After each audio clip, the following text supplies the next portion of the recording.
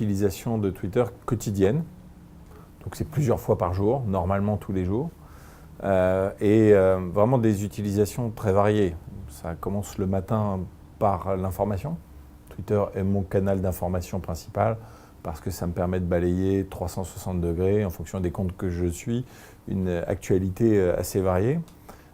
Bien sûr, c'est beaucoup un canal pour moi de communication sur un peu l'envers du décor de ce que je peux faire aujourd'hui à la tête de l'Europe pour le groupe PSA. Montrer ce qui se passe, les gens, mettre en avant les gens qui font les produits, les ventes, la production, etc.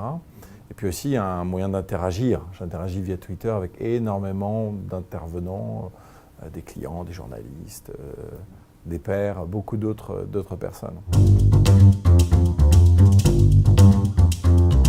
Twitter, c'est clair, l'avantage me permet d'avoir une interaction directe avec toutes les personnes, les clients, les collaborateurs. Et parfois, ça m'arrive de parler via Twitter avec des collaborateurs avec qui je ne parle pas par mail ou que je ne croise pas en interne parce qu'on a un périmètre qui est large, donc c'est intéressant.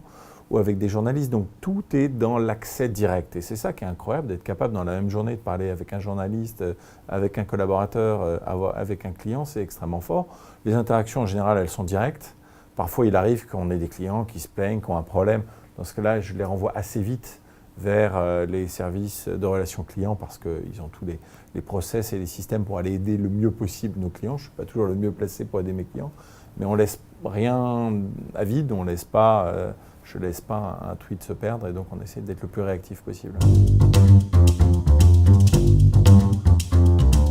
Moi, je pense que la clé, le biais, il y a deux extrêmes dans lesquels il ne faut pas tomber. Il y a le compte Twitter géré par l'équipe de communication uniquement. Donc ça, ok, c'est peut-être clean, les tweets y tombent le jour J et tout va bien, mais comme ce n'est pas nous qui nous exprimons, on sent assez vite que c'est un tout petit peu de la communication corporate qui est très bien, mais qui va mieux pour le compte groupe PSA ou le compte Marc Peugeot, mais pas pour le compte Maxi Picard. Bon. L'autre biais, à mon avis, c'est une communication trop intuitive, du type j'envoie un tweet, je suis super content, tiens mon premier tweet sur Twitter, et puis après je fais rien pendant 6 mois, puis tout à coup il y en a un qui retombe, on ne sait pas pourquoi, puis 3 dans la même semaine, mais sur 4 sujets différents, très bien, donc c'est la personne, elle le fait toute seule, génial, mais à un moment donné, les gens qui regardent ça vont se dire ok, c'est quoi l'idée, c'est quoi le fil? Et donc moi je pense, ce que j'arrive à peu près à bien faire, c'est trouver l'équilibre entre les deux, en planifiant un minimum la communication pour qu'elle ait une trame, une colonne vertébrale, un sens, et en gardant un maximum de spontanéité, de réaction, pour que les gens voient que derrière, oui, c'est pas qu'une équipe de communication, il y a aussi la personne directement et qu'on peut interagir. Je pense que la clé, c'est cet équilibre, et je ne crois ni à un extrême ni à l'autre. Alors, une communication au niveau d'un groupe, ça s'organise. Donc effectivement, également sur Twitter, le groupe a plusieurs comptes. On a le compte du groupe PSA, on a un compte pour chacune de nos marques Peugeot, Citroën, DS. Et derrière, bien sûr, on a parmi les dirigeants un certain nombre de dirigeants qui communiquent et qui ont des comptes sur Twitter. Et donc, par exemple, on va laisser la priorité aux marques sur la communication sur leurs marques, leurs stratégies, leurs produits, leurs activités marketing, là où le compte groupe PSA va plus se concentrer sur une communication corporate, sur le groupe, son avancement, ses résultats. Et derrière, c'est la même chose pour les différents dirigeants où effectivement, c'est plus la patronne de la marque Citroën qui va, derrière une communication sur le compte Citroën, enrichir, interagir, éclairer, amener ses commentaires. Et moi, par exemple, à la tête de l'Europe, je vais me concentrer sur plutôt les succès commerciaux qui résultent des lancements de ces nouveaux produits et que mes équipes commerce obtiennent sur le terrain, ou alors l'activité des usines, toutes ces personnes qui sont derrière, qu'on ne voit pas forcément derrière nos produits, et qui sont les femmes et les hommes qui fabriquent ces magnifiques 3008 ou nouvelles C3. Les tendances, elles existent depuis quelques années dans la digitalisation. On voit simplement année après année leur accélération. Donc de plus en plus de notre propre communication se fait sur des supports digitaux. Et donc effectivement, Twitter fait partie des canaux que l'on sera amené à utiliser, de plus en plus utilisés. J'insiste et je continue d'insister sur la pertinence, la clé, c'est d'être pertinent, c'est d'être au bon moment, avec le bon message, bien calibré, et surtout des messages qui parlent aux gens. Je trouve qu'il y a beaucoup d'authenticité et de véracité sur Twitter. Et moi, j'ai eu l'occasion de tester un tweet sorti par le compte Peugeot officiel sur une information super importante, un nouveau produit. Et 2 heures après, j'avais envoyé un tweet sur le même sujet, mais beaucoup plus ce qui se passe derrière le rideau. Et je veux dire, l'impact en matière de retweet, etc., a été décuplé. Donc Twitter a son rôle à jouer, puisqu'on y parle vrai, on y parle vite, puisque le nombre de mots est réduit. Et donc, il y a une fluidité qui me paraît vraiment bien fonctionner et donner beaucoup d'avenir à la plateforme. Oui, au-delà de cette tendance générale de digitalisation, l'arrivée du live change un peu la donne.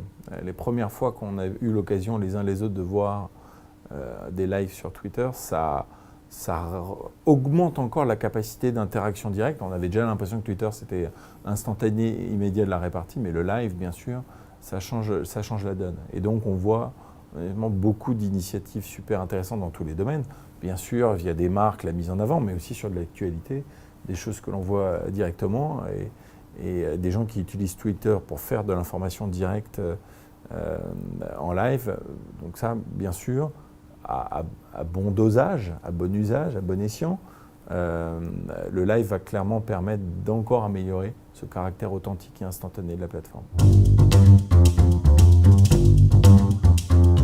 J'aime beaucoup, on parlait du live, un des premiers à l'avoir utilisé, c'est Rémi Buzine.